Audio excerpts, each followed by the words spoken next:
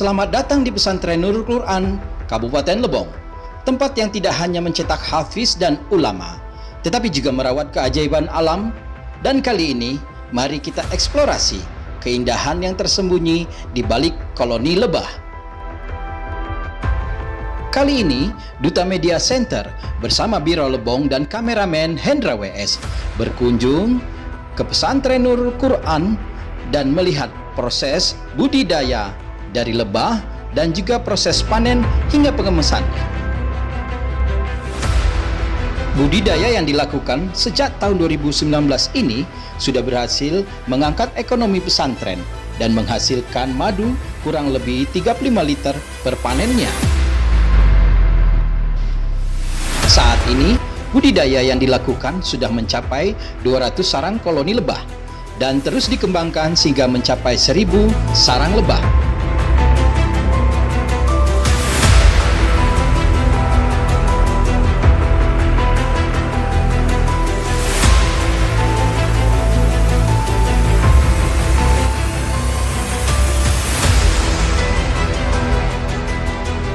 Nah, keluarga besar Duta Media Center Rejang Lebong, untuk mengetahui lebih banyak tentang lebah apakah yang tengah dibudidayakan di Pesantren Nurul Quran Lebong ini, kita akan bersama Bapak Muhammad Nanang Tantowi sebagai owner Madu NKL Lebong.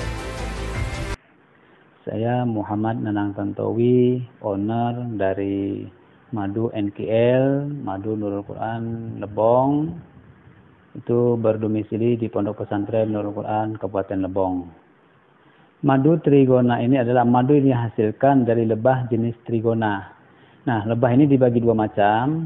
Ada lebah jenis apis dan ada lebah jenis trigona. Lebah apis itu adalah lebah yang memiliki sengat. Kalau lebah trigona adalah lebah yang tidak memiliki sengat. Lebah trigona biasa dikenal oleh kita masyarakat Kabupaten Lebong itu dengan nama tegalai. Nah, lebah trigona ini belum banyak yang mencoba untuk membudidayakannya karena belum tahu cara teknik membudidayakannya dan banyak oleh masyarakat itu diabaikan. Namun kita Pondok Pesantren Nurul Quran telah mencoba membuat inovasi baru untuk membudidayakan lebah yang tadinya tidak dimanfaatkan oleh masyarakat.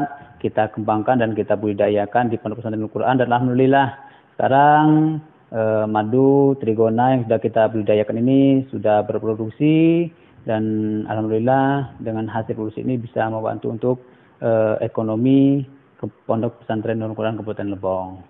Ya, lebah trigona yang kita piara di sini itu ada beberapa jenis lebah. Di antaranya lebah hetero trigona itama, kemudian lebah genio trigona thoracea, kemudian ada lagi dari jenis lebah tetragonula biro atau sapien. Memang di awal kita di awalnya kita ternak lebah lokal dengan jenis tetragonula lepisep, kemudian ada tetrigona apicalis, ada tetrigona binghami dan tetrigona Kolina. Kita kembangkan, kita kembang biakan di sini, kita buat penangkarannya dan sudah berkembang. Sekarang sudah hampir sekitar 200 sarang lebih ya. Insya Allah kita punya target karena kebutuhan pasar kita akan mengejar sampai 1000 sarang dengan teknik kita budidaya memperbanyak koloni lebah trigona dari jenis yang unggul yaitu genio trigona thoracea, kemudian hetero trigona itama dan tetragonula biroi. Kita mulai membudidayakan ini itu dari tahun 2019 ya. Tahun 2019 kita mulai memberikan lebah ini. Kemudian di tahun 2019 itu juga akhir-akhir 2019 ya, 2020 sudah kita mulai pengembangannya. Kita lakukan proses breeding, perbanyakan koloni dan alhamdulillah berhasil. Dan juga kita sudah melakukan kegiatan-kegiatan pelatihan ya dari berbagai macam daerah kita undang kemari. Alhamdulillah sudah banyak sekali yang mengambil manfaat dari budidaya lebah madu ini. Bagaimana trik-trik untuk membedakan madu asli dan yang tidak asli ya? Dalam dunia perlebahan itu ada yang dinamakannya SOS. SOS itu yang pertama sirupan, yang kedua oplosan, yang ketiga sintetis. Jadi dari 3 jenis madu yang asli dan tidak asli itu dibedakan dengan 3 ini. Kalau bebas dari 3 ini berarti madu itu asli. Apa itu SOS? Yang pertama S-nya sirupan. Sirupan itu si lebah biasanya dikasih minum air gula.